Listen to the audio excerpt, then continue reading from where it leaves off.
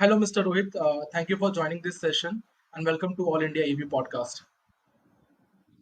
Hey, hi Ankit. It is a pleasure meeting you as well. Let's get into the topic and let's get into the things and let us make people aware about your platform and your organization.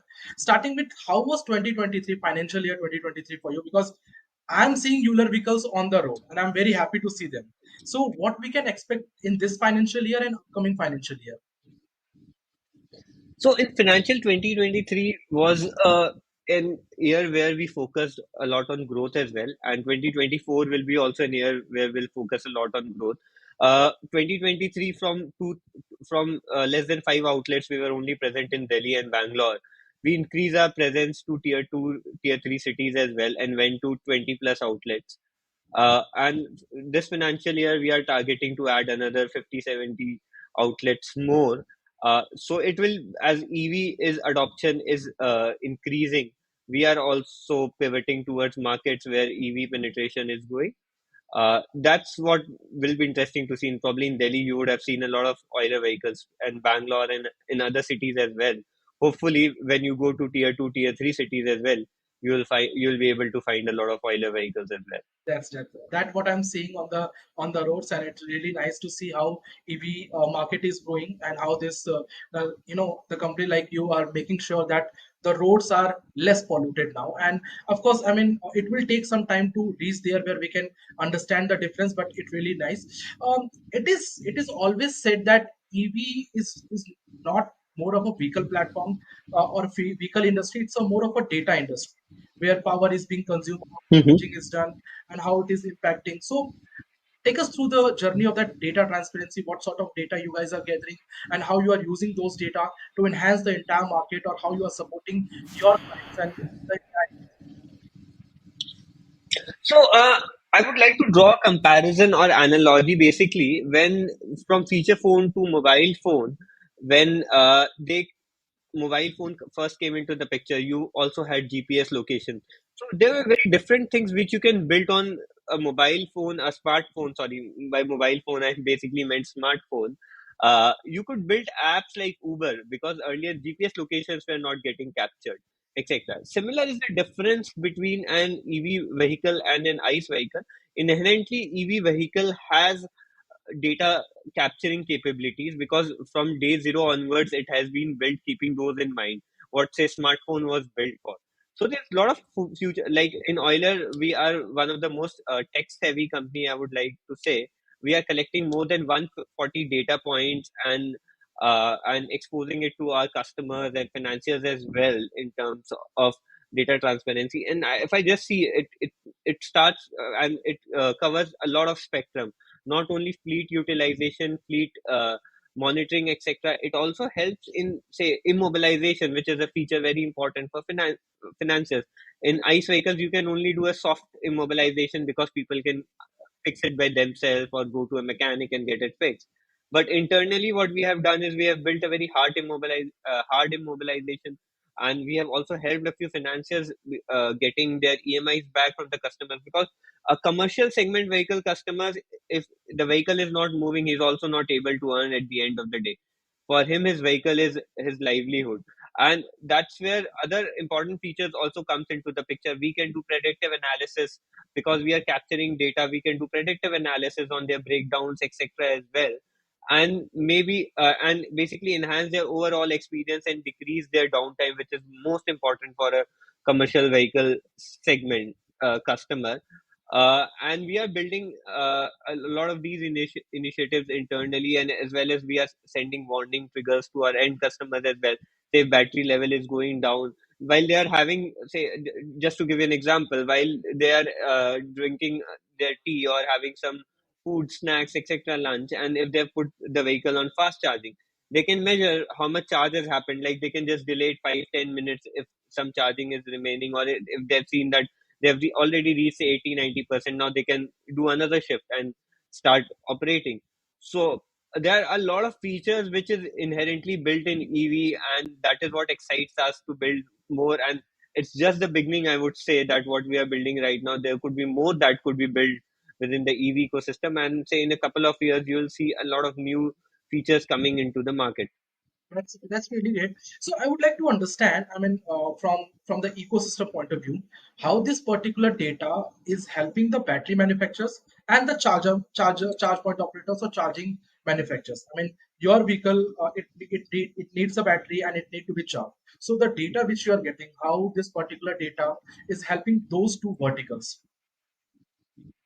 So, just to add, I'll add a few more verticals when I talk about. I'll probably cover these two verticals first, and then I can Yeah, talk about some other verticals as well, yes, in which I also have a keen interest, especially vehicle financing, which I also actively look after in Euler Motors. So, battery manufacturers, obviously, not only battery manufacturers, OEM side as well, it helps us to ascertain the health of the vehicle, health of the battery, because battery constitutes around 40 a major chunk of the BOM cost of is course. battery. And for end customer also, it is very important whether he will be able to run the vehicle after 5 years, after whether he could run it for 7 years, 8 years. So battery health is very important for them to ascertain. And it is also important for our end financiers as well to ascertain the residual value or the secondary value of the vehicle. From an OEM side, whether we are able to cover those warranty battery information becomes very important, and which in turn is shared with battery manufacturers as well. In case, say, if there's some issue or some things which we need to highlight to them, so that becomes important for our end customer and for OEMs as well. And battery manufacturer can also check whether the battery has, and they can also, from these data points, they can also improvise on Of the course, battery what they are making, that's true. the charging cycle, the discharging cycle, and we can also ascertain which type of battery will work best for certain kind of customers. Mm, For charging, in fact, it hasn't come into use right now, but say alive, if I'm showing my vehicle, say I want to find out a charging station, I'm just giving you an example right now. Say my vehicle is at 20% right now. I need to refill it to 80%. For fast charging, it will probably take me, say, around 30 minutes to refill it to 100%. So I can figure out slots basically, because for charging infrastructure, one need to understand that the major bottleneck is always at the end of the day real estate, because it mm, will take at least from 15 minutes to an hour to charge the vehicle. So of for course. perfect slotting of the vehicle, I can just figure out, okay, maybe I don't, within next two, say for 10% of the battery, I can run another 12 kilometers of my operation. And I can see that, so if I've tied up with a CPO, he can tell me that, okay, you just, there's no empty slot right now in, say, within the 5 kilometer range. But if you go beyond, your route is towards this side, if you run for another 10 kilometers, your battery will be at 10%, and you'll get a slot for half an hour.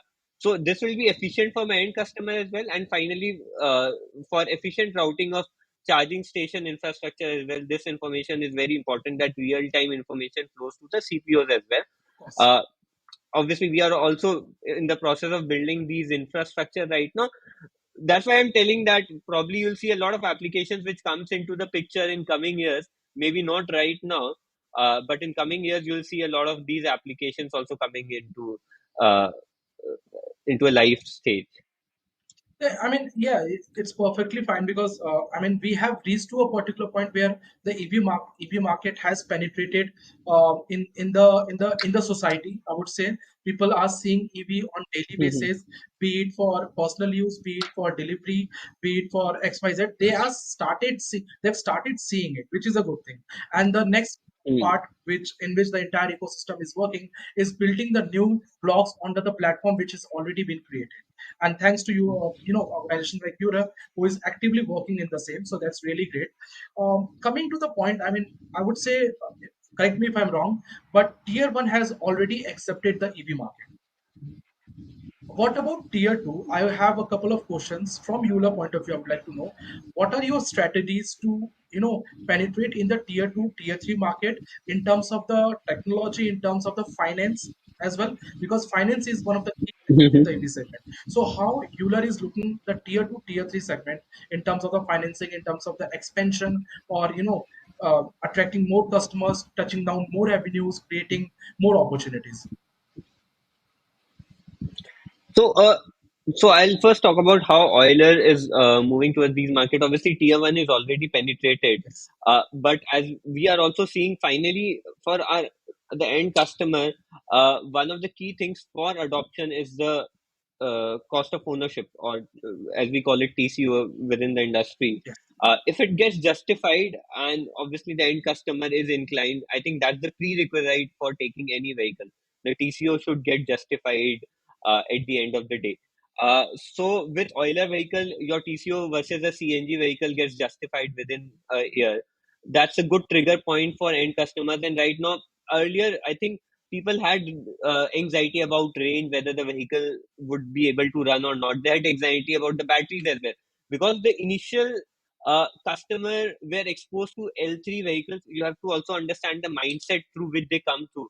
And in and L3 vehicles, especially in tier two, tier three uh, markets, were lead acid. They were not lithium as well. So they always had that prohibition or inhibition towards EV vehicle, that range is in, it wouldn't run more than 30-40 kilometers. Uh, where will we charge, etc. All these things. But right, if it and obviously the degradation curve in a lead acid is much faster than what you see in lithium ion. And so obviously tier one now knows about it. So this is also helping us expand in tier two, tier three market as well, because now people have understood that there's a differentiation between what they used to see earlier, lead acid battery and a lithium ion battery. Uh, so that differentiation, obviously, we are also making creating awareness for customers around these differentiations, etc. as well. And we are seeing very good reception from the market as well, because they have seen something on road, whether they in Delhi or in their own market itself, or whether in passenger. So I think the entire ecosystem is also connected. So if a passenger is also selling EV vehicle, then there's some value behind EV, right? At the end of the day, so that is helping us to in adoption as well. How we are focusing is, obviously we are focusing on large markets where there's a good use case for commercial.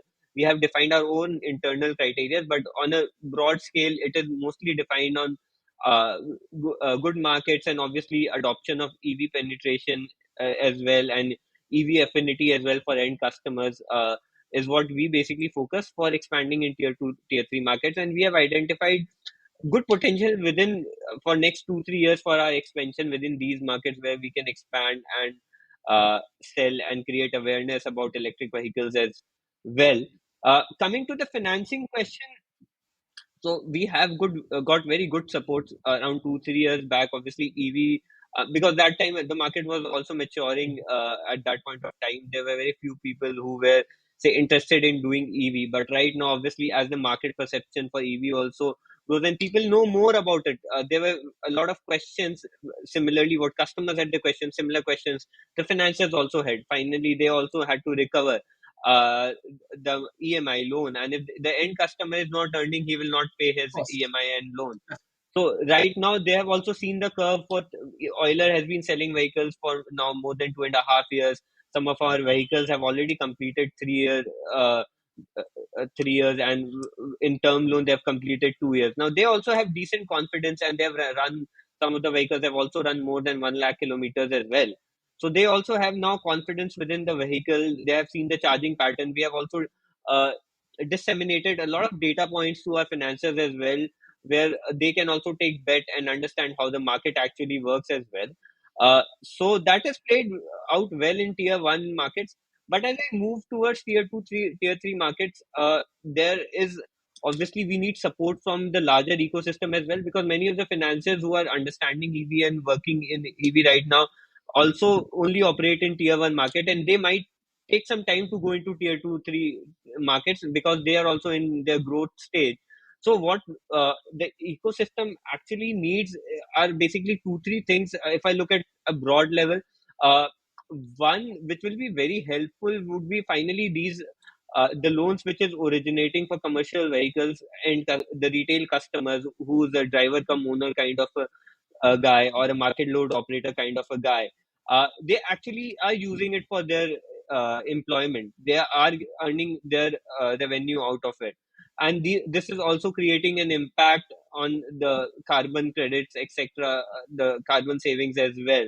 So we need international funding, I would say there are different environment funds which are operating, and especially this is a super impactful work if they try to invest in India through the different NBFCs, because A, obviously for carbon savings, and B, it is helping the start of the society which actually need loans for their employment, right? So these are the two. So that's where I think one area where say the ecosystem and the policy makers need to get together and figure out. It's not only for tier one markets; it's for all the markets which I'm talking about. Mhm. If I specifically talk about tier two and tier three markets, uh, there are the finances were already there in the market, like pan Indian NBFCs. We are already getting good response from them. It's not like that we're not getting good response. And the regional NBFCs which are there, which typically work in the SCV segment and gives out loan, they need to get ready for expansion. And it is not like that it is not happening right now. It is obviously happening, but the rate of adoption needs to be faster than what it is right now, because the adoption rate is faster. Of course. It's not that EV is just growing by a few percentage point everywhere. Wherever EV is entering, the delta within a year becomes 10-15%, right? So that will also help adoption, I would say. And from an OEM side, what I can say is what we are making accessible is information related to vehicles, so that whether it be to the residual value, whether it to be the income of the guy who's taking the vehicle, which were not present in ICE vehicle, or they had to invest to get those things, and then also they couldn't get the right data, right? So these two things are important for financing, and we are ready to share, help build along with them these data points and logics and algorithms. That's really great. I mean, you discuss about the the growth of finance providers, the NBFCs, the small level local finance providers in tier two, tier three. I mean, I would like to know how they are growing. I mean, are they growing in context to the EV market? Because NBFCs have started to grow. As the NBFCs will reach to the tier two, tier three market, they will not limit it to the EV industry. They will also expand their horizon to the new business opportunities as well. So it's like EV is not just driving a clean environment movement, it is also driving a financial movement as well, because it is bringing down to the NBFCs and the local finance provider to a particular place where maybe there is lack of finance, and because of that a lot of opportunities are not being explored. No, so these finances are already there because traditionally ICE vehicles were there. So when I talk about NBFCs, there are specific NBFCs which works in asset-backed auto loans, basically. So most of the finances. So there are two type of finances I would want to say. One, who have originated their business from EV, basically, and there are a lot of green NBFCs and fintechs who have entered the field in last 2 3 years, and they are doing very splendid work there as well. So they are obviously entering into tier two, tier three markets. They are also growing. But sometimes, if you see, the growth of EV is faster than what people are anticipating. So there we need support of traditional auto loan NBFCs as well to grow into these markets. And we have received good response. Not that we haven't received good response, but say more regional NBFCs also come, national NBFCs, because they understand the trend. There's fairly good response on their side, and we are working with a lot of them and sharing data with them also, and they're also very excited about the EV revolution. But a lot of say, if I go to a tier three, tier four town, there are regional NBFCs as well. Their interest level hasn't been that high because they haven't seen a lot of EV on their roads there, because their geographical location will be limited within say 25-30 kilometers, and they're mostly focused on those 25-30 kilometers. They will be willing to finance if they see 5-10% of the market being taken over, because then the customer demand basically originate. Finally, one has to listen to the end customer as well. But to get to these 5-10 vehicle number, also you need some basic financing to be in place. So that is right now missing in those tier two, tier. I wouldn't say it is missing.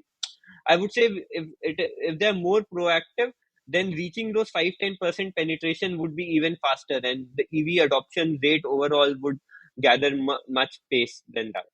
I mean, we really hope like the way in the last let's just say 15 or 18 months the EV adoption has scaled up. We will hope that in the next coming 15 18 months in the same thing happen with the this financing institutes and the local financer.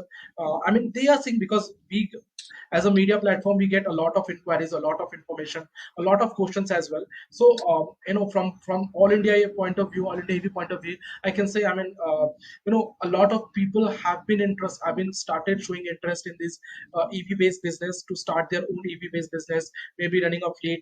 Because I spoke to a couple of them and when I asked them what was the inception point, and they say they were into this Delhi or Mumbai, they saw how it is working, and they had the thought, okay, they can deploy the same and it will actually help them to reduce the operational cost, because the cost of fuel is not there, and they are very much happy with the same. And of course at the end of the day they are looking for the financing solutions as well. So market is there. I hope the financing institutes look into the same market, because demand is going, and Euler is a living proof of that. The demand is going. We get to know on daily basis that how many EV demands is there and how Euler is fulfilling it. So towards end of the discussion, I would like to ask, how do you see the role of Euler in the entire EV ecosystem?